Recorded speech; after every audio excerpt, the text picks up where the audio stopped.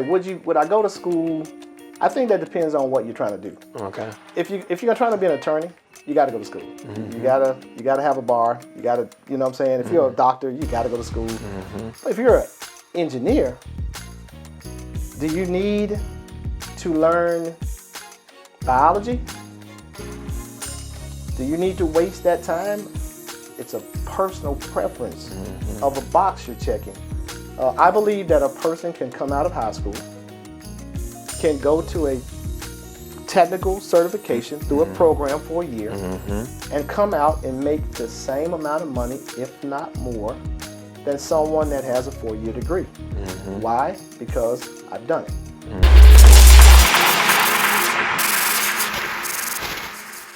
All right, welcome back, Bootstrappers, to the second part of my conversation with Marcus Wilson. In the first part of our conversation, we talked about Marcus's journey, right? From growing up in Mississippi to the challenges he faced after being incarcerated and having a felony on his record, and how he had to lift himself up through all of that, and yet still defying the odds, built a multi-million-dollar business in the tech field. This part of the conversation, Marcus, we want to talk about how you even got into tech, right? The things that you did. I want this part of our conversation really to be, I want my bootstrappers to walk away from this conversation knowing, having a feeling and a sense of what they can do if they're interested in the field of tech, but more importantly, building having a marketable skill set that they can use to build a business such as yours, right? So let's start this part of the conversation off by, why did you choose the tech field to get involved in? Well, remember, out of high school, I went to the Air Force. Yes. And in the Air Force, I had a technical field. I was a electronic cryptographic communication specialist, long name. Right. Right? TS clearance, right? Okay. SCI, right? So dealing with crypto, it's all TS based. So I learned all type of computer skills, satellite communications, combat communications, understanding like how to communicate from point A to point B. The world hears today VPN. Yeah. We were dealing back when I went in the military, and I went in the military in 1988. Right? So this you technology, went in the same year I went. There you go. This technology's been around, right? And so the military is far advanced on certain things than we have here, obviously in the secondary, I call it civilian community, right? So I walked out with a technical skill set. So when I actually got in trouble, and I got here and had worked for IBM first, and I got in trouble, right? Because I gravitated towards another lifestyle I shouldn't have. Yeah. It's almost like living two lifestyles, right? Two lives. It made sense for me to leverage tech. And then again, God's orchestrating things. That's why I always say now, that's got to be God's grace. To have an Earl in my life, for Earl to be going towards his technical certs at a time when you did not see black people at that level in technology and certifications, right? I'm now connected, staying in the basement of a person that's elevating his skill set in technology. So that helped me. And I just continued to layer on to tech, right? And I kept up because I had none. Remember, I'm already a failure. Yes. I had no other choice. There are choices people make, right? There are choices people have. I didn't have them. This is the only thing I know. It's got to work, right? So 16 hours, 18 hours, Monday through Sunday, I worked. When I was in prison, I took the electrical apprentice program. So one of the things I had is while I was taking the certifications with Earl, I was working at Andrew Electric for $7.50 an hour as a commercial apprentice. I was pulling cable, right? I was loading the truck, unloading the truck, digging temporary power out in the heat, tamping. I did the dirtiest jobs. I was talked about. They called me out of my name all the time because they know they could. They threatened to basically, hey, I'll tell your parole officer, right, if you do. You know what I'm saying? So I was dealing with that. I wasn't doing all that crap, right? So working, and that was my option. Work, study, and try your best to get away from this stuff. Right. That's what I did. Yeah. So do you think, fast forward to where we are today, we're now in 2024, right?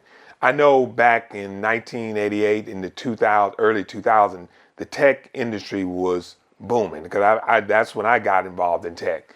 And there was a lot of growth, right? The internet had just really started kicking off. Now here we are today, 2024. Do you think that the tech field is still a viable field for a young person or anyone to get involved in? I feel like the tech field is the field. Every other area depends on technology to get our jobs done.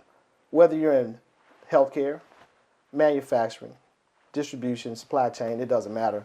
Retail, it's technology. It doesn't. Think about it. Technology now runs everything. Yes. AI. Security, when we talk about cybersecurity, that's like saying going to space because there's so many areas of cybersecurity. But AI in the automation, in doing more, helping companies do more with less. Mm-hmm. Having a repetitive process and then allowing AI or automation to do something for you. That's just where it's going. Mm-hmm. Right? So the tech today, network engineering. I started obviously as a network engineer, and I just continue to build that skill set, with Cisco being the ultimate cert that I feel like changed my life forever. My Cisco certs allowed me to put in switches, routers, you name it, to build my skill set. So the technology, I could truly tell you, changed my life. It is how 100% that I restored my life from that aspect, having a technical skill set that was marketable, that was needed, and that was relevant. Now, do you think that someone that want to get into the tech field, should they pursue a degree or should they pursue getting certifications like you did? Because you don't have a business, you don't have a degree, right? I do not. Right. So what advice would you give to someone that may be looking at the tech field as a marketable skill? Well, I'll tell you first, I'm in Mercer now. Okay. After the fact, just to check a box. Yes. So I'm going for business administration, right? Bachelor's. Doing well, but it's not mandatory. I'm doing it to check a box. Yeah. I told my mom before she passed, right? Okay, because she wanted me to go to school and I didn't. So that was her thing, go to school. So I'm doing that to say, Mom, okay, I did it, right? Yeah. So that's why I'm doing it. But going, like I say, would I go to school? I think that depends on what you're trying to do. Okay. If you're trying to be an attorney, you got to go to school. You gotta have a bar. You gotta, you know what I'm saying? If you're a doctor, you got to go to school. But if you're an engineer, do you need to learn biology? Do you need to waste that time? It's a personal preference of a box you're checking. I believe that a person can come out of high school, can go to a technical certification through a program for a year, and come out and make the same amount of money, if not more, than someone that has a 4-year degree. Why? Because I've done it. So I'm walking proof that you don't need a degree to build a business and build wealth. It's an individual thing. I think it's built in. It's a choice you take. Right. Make, rather. Now, you also chose the military, right, as a path forward coming out of high school.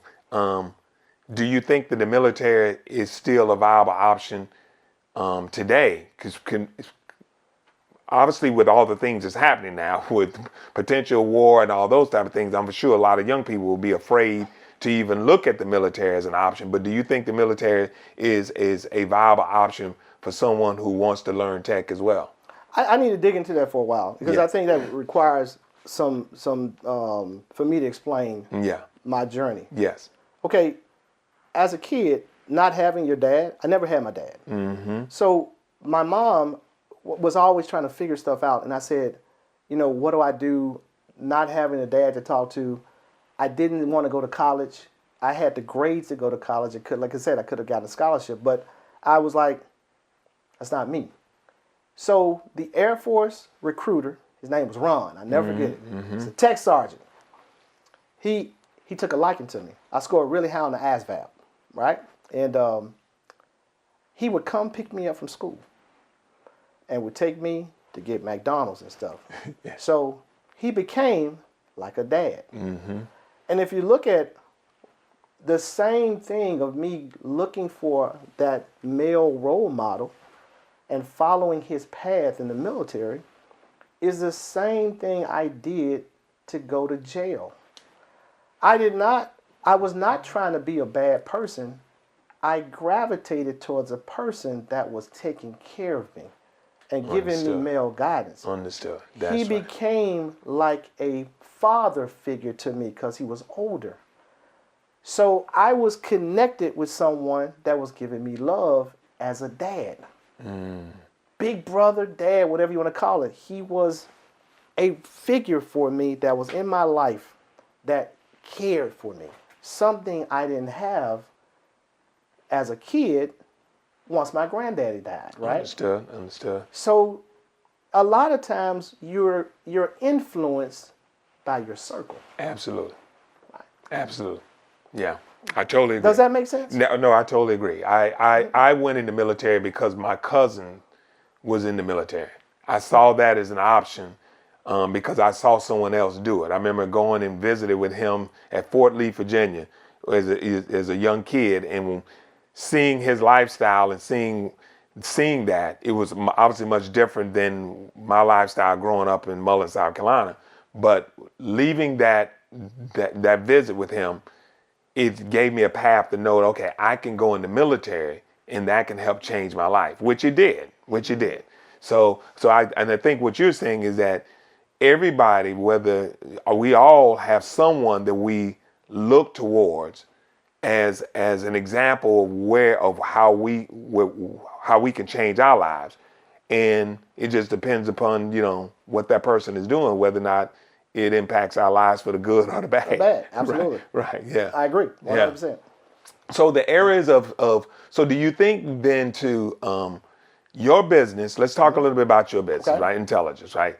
You guys, who are your biggest customers? Well, we deal pretty much with SMB market, right? The, business owners, small business owners, right? Mid-sized businesses that do not either have an IT department or have an IT director or officer with a limited staff.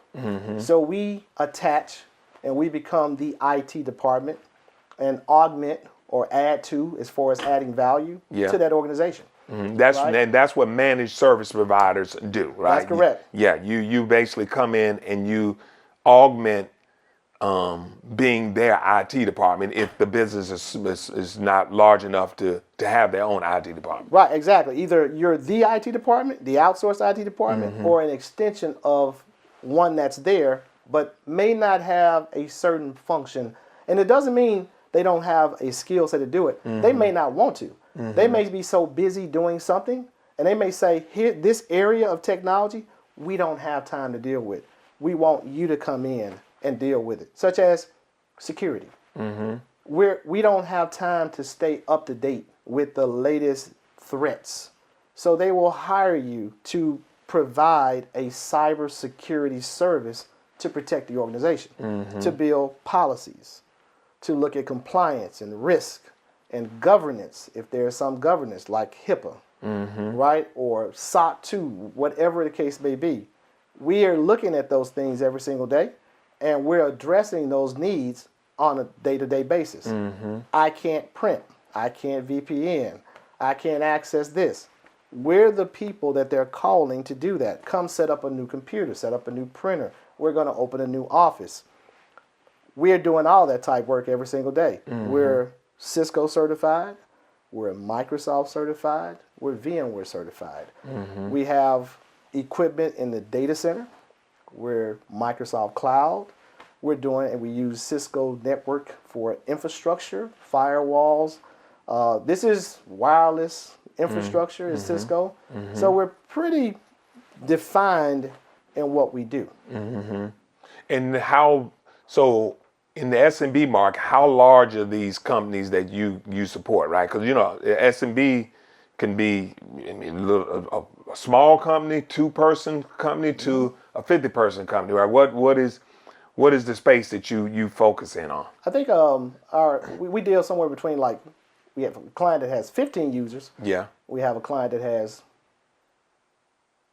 2,500 users, and even we deal with government. We help.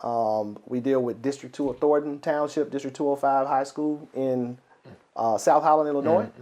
That's 600 teachers with 6,000 to 8,000 students or whatever. So across the board, we're servicing whatever. We look at needs, like there are needs that we can serve, and we're a good fit. And then organizations, we're not a good fit, right? So we have to always determine. We don't try to be everything to everybody. I think that's a key fact of focus. Tony Robbins said, like, where your focus goes, energy flows. I think all those things become very important. So I've learned not to be all over the place. I've done that and failed miserably, right? So I've learned now to scale back. And while other people are trying to add more stuff to the website, we're trying to figure out what to take off. Right. Yeah. So you're niching down. Niching down. Yeah. Absolutely. We're figuring out, like, should we be doing that? Do we do it well enough? Or is it best served to have a teaming relationship and let somebody else do it while we focus on being the best version of us? That's my focus now. So I like to call that focus now Intelligence 2.0. We're almost acting now like a startup again. Because I think you have to continue in business to continue to reinvent yourself. You can never say that you have everything down because times change, things change, technology. Look at COVID. Yes. Right? We went from visiting people on site every single day to not being able to touch them. So everything became remote. Yeah. So we spent a lot of time working and moving people from on-prem to the cloud. The cloud became our friend. We operated from it, whether it be the communication systems, virtual desktops, right? It was cloud, right? How do we get everybody to the cloud so that there is no requirement, right, or dependency on them being in the office? You had to adapt very quickly. That was an overnight. Yes. Right? Yeah. So that's just been continuous, like the development of your skill set, of your business, not being so stern where you say you lose an opportunity because you're like, I'm just going to do this and I'm going to stay. You got to continue to invent yourself, reinvent yourself. So what do you think AI, the whole thing around AI now, how do you think AI is going to impact small businesses? And do you think it's going to open up a tremendous opportunity for business owners, people who want to get into and have a business, an AI driven type business? A couple months ago, a couple months ago, I was in Redmond with Microsoft. I was invited there. We're part of the Microsoft Black Partner Growth Initiative. So they invite us to various events. And Microsoft's put billions into AI, right? They call it Copilot, right? So their open AI platform, they have a great relationship with, we hear it as ChatGPT. Yep. All right. So Microsoft, the Copilot platform is pretty much ChatGPT 4.0 Turbo, all right, running, and they've branded their version as Copilot. It's rooted and grounded within the Microsoft platform, your data. It doesn't go out and put your data out, right? We learned it. We're learning it every single day. We see that Copilot, AI in general, whether you're a Microsoft company or not, that's going to redefine how companies do business. Take, for instance, simple functions such as, I used to ask HR for time off, or what is the company policy on vacation time? I just go now to a chat bot and say, ask AI, and say, hey, how much time off do I have? What are the policies? And it spits out the answer.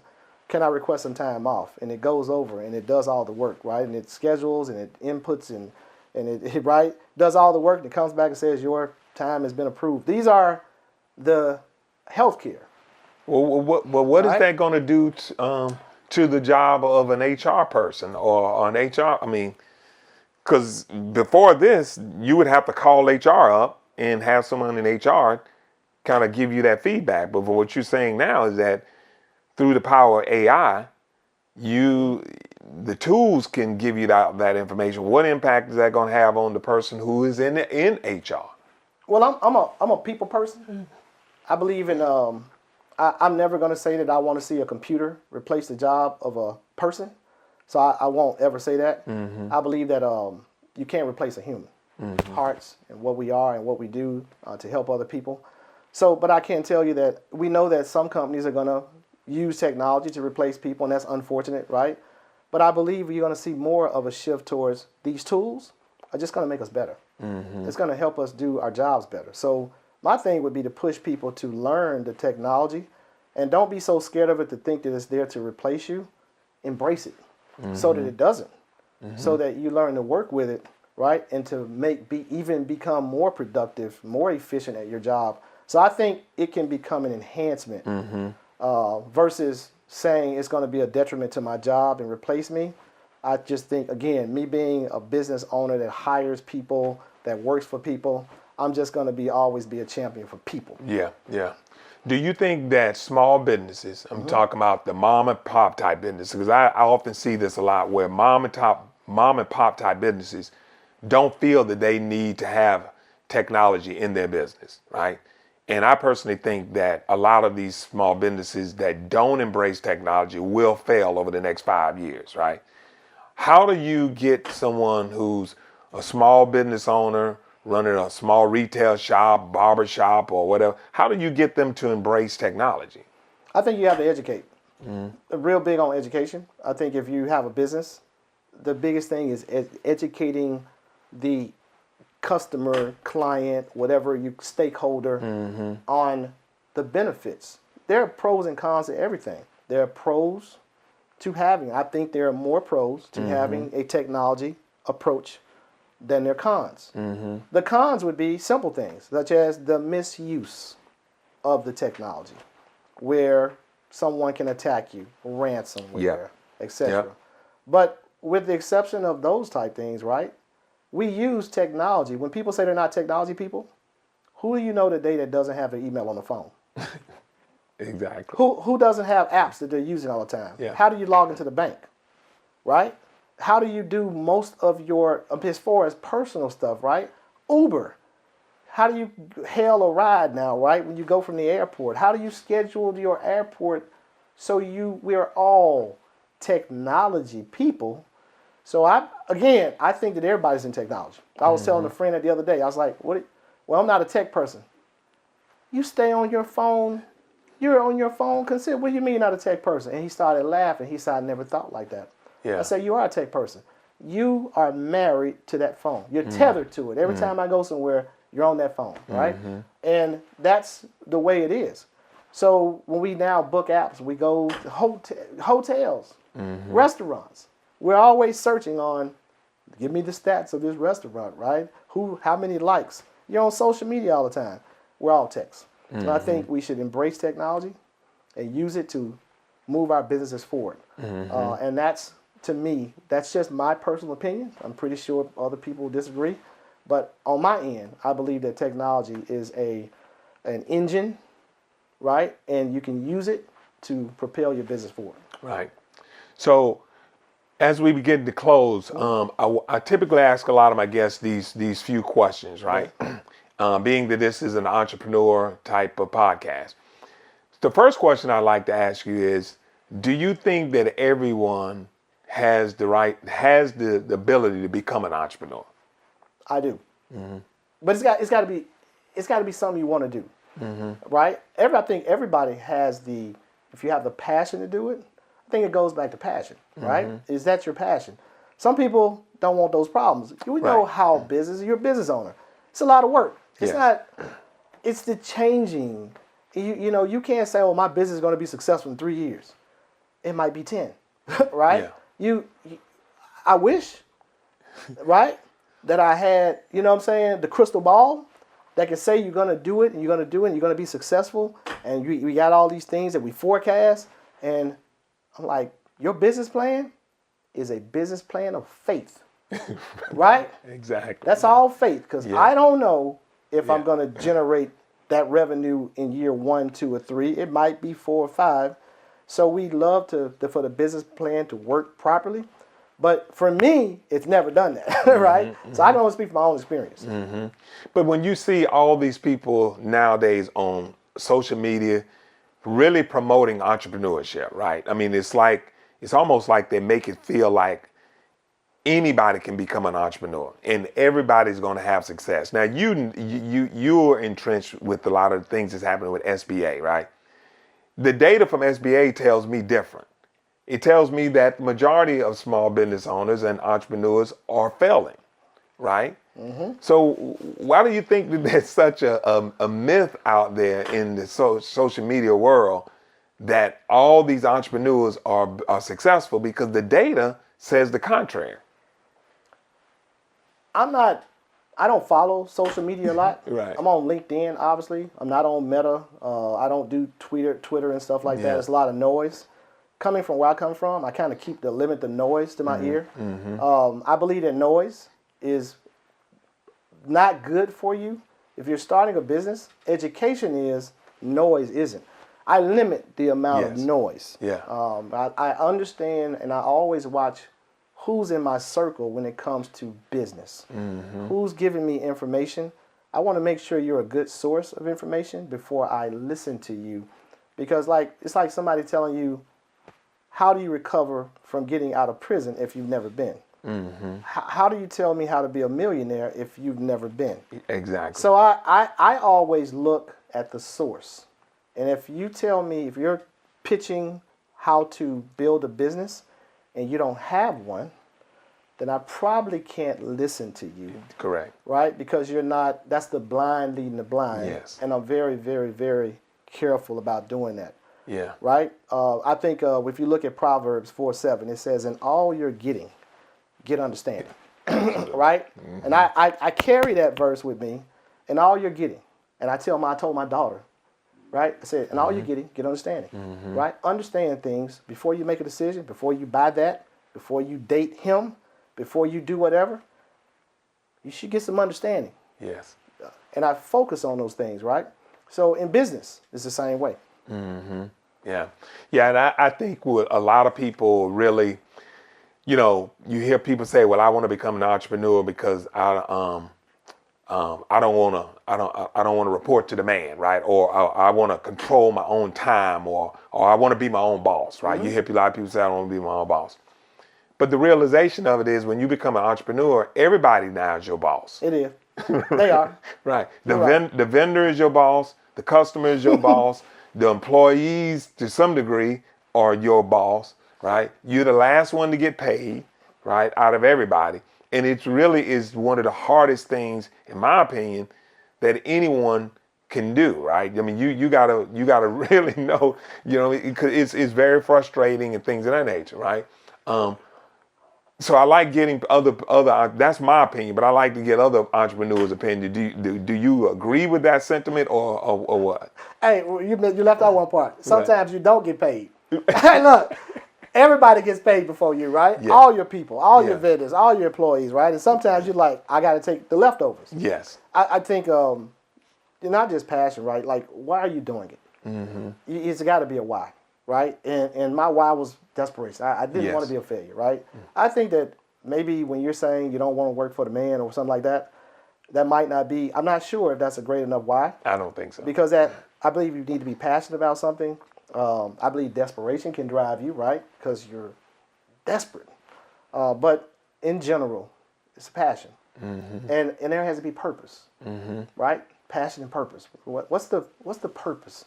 What are you going to serve? What are you doing it for, right? If you're just chasing money, might not be a good thing, because I've seen what happens when people just chase money. And I have not seen things good come out of just the chase of money. But are you going to change people's lives? Are you going to invest back and do something? Are you doing it because you need to put your kids through school? Those are, to me, very important aspects of me building a business.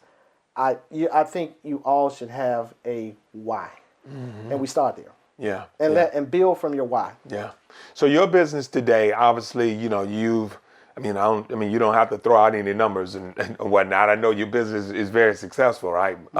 What do you contribute the success of your business to? Me personally, perseverance. Perseverance and staying up. It's not just staying up with technology. I persevere. I'm there. I'm in the business, right? I work long hours. Even today, I still work long hours. I don't like people who sit back and have the blessing of sitting at their home and running the business. I'm there. I'm there with my staff. Yeah. I'm in the middle of the projects, right? I'm not micromanaging. I'm helping. Yeah. I'm facilitating, right? I'm always helping and empowering them to do what they do, because without them, there would be no me. True. I can't do everything on my own. So your staff, investing in them, their tools, staying up with the latest technology, making sure that you take on projects that make sense, that's profitable. And I've learned all these things, again, in the business world from all the mistakes that I've made. So everything for me has been a journey of make a mistake and then recover. And I love Les Brown's. Like, I felt like when I started the business, I shot too low. I aimed too low. I believe we could be much bigger. But at 53 now, right? Be 54 this year. I limit now because I've already spent my 20-hour days and years investing where I did nothing but work. And I missed a lot of time from my kids and doing stuff like that, right? Losing a daughter made me understand that she was saying, Dad, I need more time. Let's go. You're always working, right? I wish I could change that, but I can't. So I'm now more, how do you get a little bit more balance? But I think if you're a business owner, you're going to start a business, and you want to start and stick your little toe in, I don't think it's going to work. Right. If you're not all in, jump in, fully immersed, I don't know if that works, right? I know if I was a business owner, starting a business, I'm going to do something that I love to do because it's going to build your passion, and you got to be all in. If you're going to try to do it on the side, it ain't going to work. I don't know. Yeah. So maybe. Yeah, I don't think it'll work. You know what I'm saying? Right, yeah. I don't think it'll work. Maybe there's exceptions to a rule here and there, but in general, on the masses, that's probably why you see the masses fail, right? My first question would be, were you all in? Right? Another question would be, did you have a product or service? Did you do research on who needed it? Right? You gotta, in business, right? There has to be a what? There has to be a need. And you gotta have a product or service that addresses that need. Those things. And then you gotta put yourself in a position where the people that need know you exist. Because you can have a great business and no one know you exist. So you will not get any business because they don't know you're there. The great restaurant on the corner that I don't know about never gets my business. That's so true. You got to put all those things in place and really have, I think building a business is about having a plan. Yeah. Right? It's a plan and you got to be all in. Yeah. So. Well, listen, man, I know we're coming close to time. And this has been a great conversation. Thank you. How can my bootstrappers get in contact with you? Right, I know you, like you say, you're not big on social media, right? But how can anyone watching this podcast get in contact with you? Well, you can find me on LinkedIn. LinkedIn, right? okay. So Marcus Wilson Intelligence, INTELLIGIS. If you search those, you'll find me. It's real easy. I'm out there. Yeah. And connect, right? Yeah. And I'm always willing to share information. I believe that's what we're here for, right? Yeah. How do you help somebody else out? I was listening to something this morning. You'll actually, I sent it to you, and I just, again, helping people. I just think that's purpose. Yeah, right? yeah.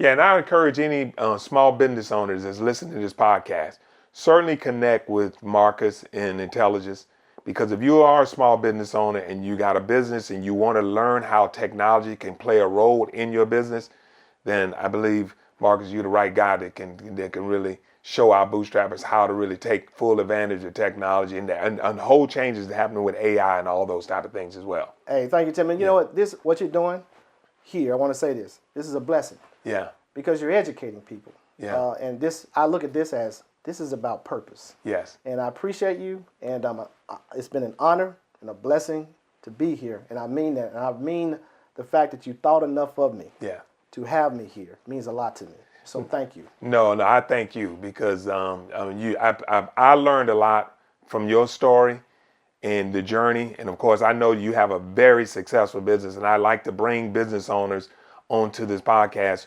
who are not just talking the talk, but walking the walk, right? But more importantly, letting people know their journey from where they started to where they are today, because it didn't come easy, right? Mm-hmm. You know, I mean, someone like yourself who you know, ex-felon, but yet you didn't let that stop you from achieving financial success. That I hope that someone hearing this podcast will learn from that. Absolutely. And go forward to achieve the same thing. So as we close, there's a phrase that we use on the Bootstrapped Millionaire when we close out. It's a phrase I call Keepbootstrappn, right? I'm sure you've heard it, right? I have. So again, I want to thank you for being on the show, and as we always say as a close, keep bootstrapping. Keep bootstrapping. That's it.